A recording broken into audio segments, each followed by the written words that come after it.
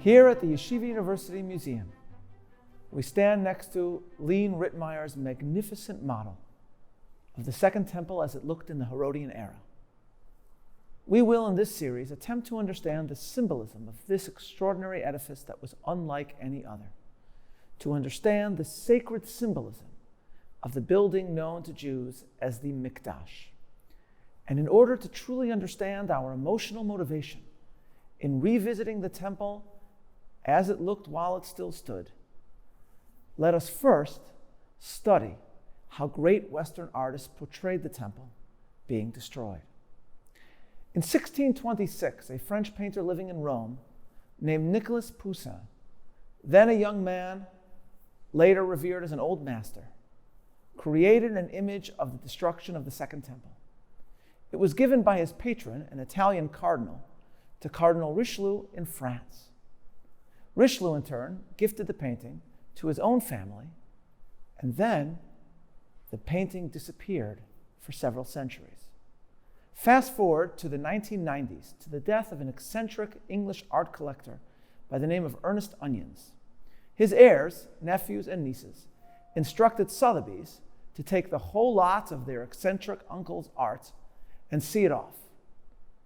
One painting, which was seen as a soot-smeared image of an ancient city under assault, was identified by Sotheby's as the Sack of Carthage, a work by, they assumed, the minor artist Pietro Testa, and it was listed for a suggested price of £15,000. A Poussin expert by the name of Sir Dennis Mann, looking carefully at the auction catalog at a picture of a painting the size of a postage stamp, saw one detail that seemed out of place, a tiny menorah, and he had a hunch that this work was misidentified, which meant that this was not Carthage. This man, Sir Dennis Mann, instructed the auction house for which he worked to purchase the painting at any cost, and it did so for £150,000, rediscovering and acquiring a long-lost Poussin painting worth upwards of the tens of millions. Why did the artistic experts at Sotheby's all miss what Sir Dennis Mann was able to decipher?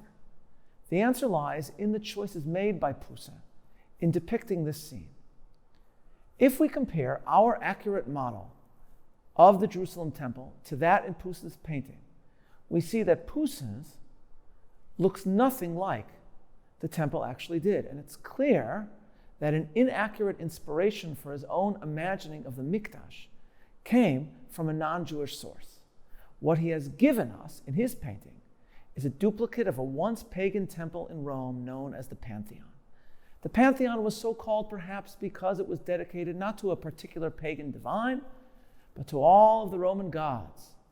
Upon entering the edifice, one would encounter an enormous circular room with statues surrounding the area. Now, nothing more marked the difference between Rome and Jerusalem than the Jewish insistence that there was only one God who wished to be worshipped and sacrificed to in one specific location. There could be no more different structures in intention and dedication than the temple and the Pantheon. And all archaeological evidence, as we now know today, indicates that architecturally, the temple and the Pantheon were not at all alike. And it's been pointed out as well that even though now, looking at the Pantheon from outside, one sees the circular domed aspect of the building, it was originally built in a way that from the outside, that aspect could not be seen. And so Poussin is giving us, in the painting, the exterior of the Pantheon, a classic Roman temple in the place of the Jewish temple. This reflects the fact that even though Poussin is giving us in his painting one of the central moments in Jewish history, the truth is that there is not much Jewish about the painting. The main characters in the image are not Jews, but Romans. Oddly, few Jews are to be found in this city. That is the locus of Jewish longing and spiritual aspiration. And those that one can make out are dead. For most art historians, the discovery of a long-lost Poussin was nothing but a source of delight. And yet, as Rabbi Jonathan Sacks noted, At a celebration of this find at the National Gallery, one cannot help but be struck by how Poussin, quote, portrays a Jewish tragedy, almost without Jews, end quote. Indeed, the presence of the one truly Jewish feature in the painting, the menorah that is borne by Roman troops, was probably chosen by Poussin because he believed it embodied not Judaism's continuity, but rather its death. Though French, as I mentioned, Poussin painted largely in Rome, and he would have chosen the menorah because of its presence on the most famous portrayal of Jerusalem's destruction, the Arch of Titus. To see Poussin's painting is to see primarily a Pantheon overrun by Romans. So Sotheby's experts identified the destroyed city that they saw as Carthage because Poussin's painting gives us a Jerusalem with little that is Jewish about it. And there is, of course, an irony here. Rabbi Sachs also noted that when Poussin created this painting, there were Jews in Rome. They were just in the ghetto. And to this point, I would add that anyone who's toured Rome knows that the distance between the Pantheon and the ghetto is very short, a couple minutes walk. All Poussin had to do, if he was sitting sketching the Pantheon as he prepared to create one of the seminal scenes in Jewish history, was to walk over to this thriving Jewish community and inquire of them as to how to depict the temple. But that, of course, never even occurred to him. For Poussin, there was a profound focus on the destruction of the temple, but very little interest, or at least very little accurate interest, in what the temple, the Mikdash, actually looked like. And so he gives us a classical Roman edifice. One might even suggest that the artist, who was obsessed with antiquity, would have known that Herod, who renovated the Second Temple in Jerusalem and made the image that we see before us here, lived at around the same time before the Common Era as Agrippa, the first builder of the Pantheon. And yet, for all of his interest in depicting the event of the temple's destruction in Jerusalem, there's very little interest in what the temple actually looked like. And Poussin was not the only artist to make this mistake.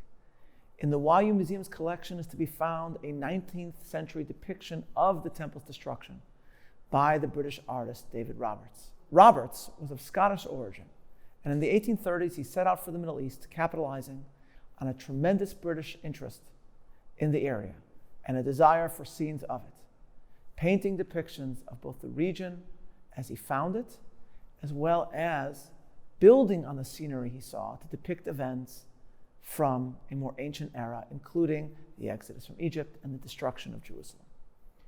The original painting of the temple has been lost, but one early lithograph of it is now owned by the museum.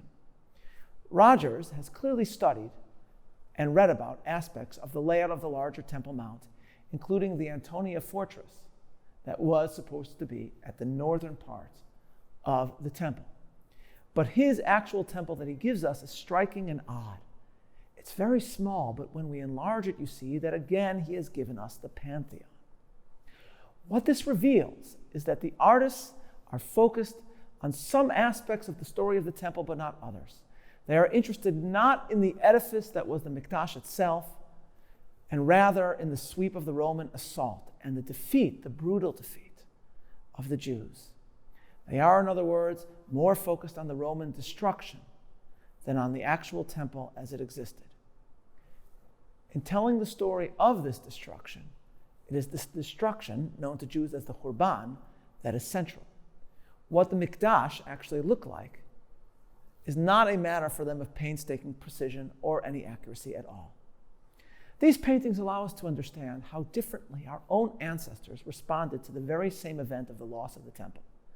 In the face of the destruction, they sought to ensure that we never in our minds or hearts replace our temple with the image of any other, that we never come close to confusing it with the Pantheon, that we never forget what our magnificent Mikdash looked like.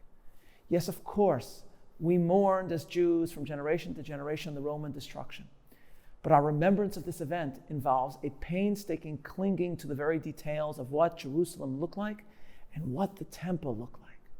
And thereby, in the very midst of our mourning, We as Jews kept the temple alive in our heart. And Jerusalem, no matter how physically far we may have been from it, was with us as well. Rabbi Chaim of Volozhin once took note of a strange grammatical choice in the Talmudic statement, Kol hamitabel al churban beit hamikdash, all who mourn for the temple, zoche v'ro'eh b'simchata, merits to see its rejoicing. The Talmud does not say, he noted, all who mourn yizkeh will merit to see the rejoicing of the temple. Rather, it says, all who mourn the temple, zoche, merit to see the rejoicing of the temple in the present. But how can this be? If one is in the midst of mourning the temple that is gone, how can one merit at the same time to see the edifice before us, for whose very absence one is mired in mourning in the first place? The answer appears to be that in mourning for something, it is kept alive. We bewail the fact that it is physically gone, but thereby it lives within us from generation to generation until it is physically restored. This can be seen in a remarkable Talmudic textual description of the Second Temple, Masechet Midot, literally tractate measurements. This tractate is utterly unlike almost any other tractate in the Talmud. Most are about law, rituals, not just commonly performed ones, but what one does in hypothetical cases. If an ox gores another ox, if a particular sacrifice in the temple is mixed up with another, if one is planting 3 types of seeds in the same field, etc. But this tractate, Midot Measurements, is about architecture. It describes bit by bit, room by room, gate by gate, chamber by chamber, the layout of the Second Temple. It's an attempt, in other words, to create an image in one's mind. Incredibly, this tractate was written down in the age of Rabbi Jehuda the Prince, Rabbi Yehuda Nasi, who was born decades after the destruction. And it illustrates how dedicated Jews were in preserving the image of the temple in their minds, not only the generalities, but the midot, the very measurements of the Mikdash. And so the tractate was studied in the centuries that followed. It is midot, along with other historical sources, that allowed for an accurate modeling of the temple, such as the one that stands before me. Can you imagine any other civilization or people painstakingly recalling every inch of an edifice, even 50 years after it was destroyed, let alone 1,000 years?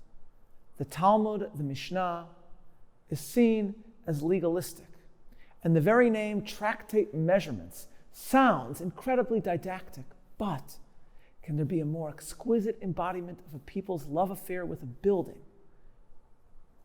that once crowned their sacred city? These artistic creations by Pusa and Roberts are powerful paintings. But what is revealed is that Jews reacted to the destruction of Jerusalem very differently than these artists. Yes, the Jews knew the destruction was real, and they mourned, but they also kept the temple alive inside themselves, preserving every detail. Can these two emotions go hand in hand? Can one mourn for the loss of Jerusalem and yet retain in one's heart an image of the joyous Jerusalem that was, and thereby maintain faith in a Jerusalem that was once again yet to be? Of course one can, because mourning and memory are linked to one another, because mourning for the Mikdash kept it alive in Jewish hearts. It's very striking that precisely around this very same period, the 17th century, that Pusa created his own depiction of the destruction of Jerusalem, 2 rabbis were also intellectually and artistically involved in recreating images and models of the temple. One was Rabbi Yom Tov Lippman Heller, who wrote a famous work on Ezekiel's vision of the Third Temple, and the other was Judah Leon, or Judah Templo as he was known, a rabbi in the Sephardic community in Amsterdam, who built a model of the first Mikdash and wrote an accompanying published work about it. His temple was a sensation, and when, during the battle between Charles Stuart and Cromwell, the King of England's wife, Henrietta Maria, came to Amsterdam to sell her jewels to raise funds for her husband's cause, she went to see this model Mikdash in Amsterdam and got to know this remarkable rabbi at a time when there were no Jews allowed in England. He, Judah Leon, was ultimately invited to England to show his temple to a country at that point with a very tiny Jewish community, proclaiming the Jewish love of Jerusalem to a non-Jewish world. The story of the Jewish relationship with Jerusalem is a tale of an edifice that was lost and found, lost physically, but spiritually found within. And ironically, as has been noted by many, Poussin's painting ultimately embodies the very lost and found relationship that Jews had with Jerusalem. When the news of the discovery of the long-lost Poussin was announced in England, the British government sought to prevent the painting from being taken out of the country. But it was too late. The Rothschild Foundation had purchased the painting and donated it to the Israel Museum, where the portrayal of the destruction of Jerusalem and of the temple now hangs. And thus, it was 50 years after 1967, after the reconquest of the Old City, that I was able to take my own students from Yeshiva University to Israel and show them in the Israel Museum the painting by Poussin of the destruction of Jerusalem. And I taught them that it was remarkable that a painting created in Rome as a symbol of the destruction of Judaism through the conquest of Jerusalem should today hang in a museum in a Jewish Jerusalem. That is certainly not something Nicolas Poussin could ever have predicted. And it is certainly a testament to the wonder that is the story of the Jewish people and the remarkable way that they combined loss with life, mourning with memory, tragedy with endurance. And there's another exhibit at the very same museum that captures this lesson poignantly and profoundly. Right outside the museum building is the scale model of the Second Temple era Jerusalem, which was brought to the museum in 2008. I've always loved this model, but did not know its story until I read about it in a book put out by the Israel Museum. It was the conception of a man by the name of Hans Kroch, a Jewish developer who lived in Germany during the war. His wife was murdered by the Nazis, but he and his children managed to escape. Then, in 1948, loss followed loss, as his son, defending Nitzanim in the Negev, was killed in Israel's War of Independence. Kroch, the owner of the Holy Land Hotel, wanted to honor his son's memory, and so he approached the archaeologist Michael Avi-Ona and suggested that because the old city had been lost, and Jews could not visit the most sacred parts of Jerusalem, perhaps Jerusalem, as he put it, could be brought to them. He could remind the Jewish people, in memory of his son's sacrifice, the glory of the Jerusalem that once was. He had lost his son, and the Jewish people had lost the old city. He wished to respond to both losses by giving a recreation of the Mikdash and the Jerusalem that it crowned to his people. It adorned the Holy Land Hotel until it was brought to the Israel Museum. This says so much about how memory and mourning go hand in hand, and how the romance between our people and Jerusalem preserves us and sustains us. A husband loses his wife at Ravensbrück. A father loses his son in the birth of the Jewish state. And yet, rather than reject Jewish history, he seeks to sustain it, remember it, cherish it. And so how, ladies and gentlemen, can we do otherwise? Revisiting Jerusalem as it once was does not only involve studying a model of the Mikdash in a museum, but also creating this Mikdash within ourselves. I look forward to taking this journey of Jewish memory together with all of you.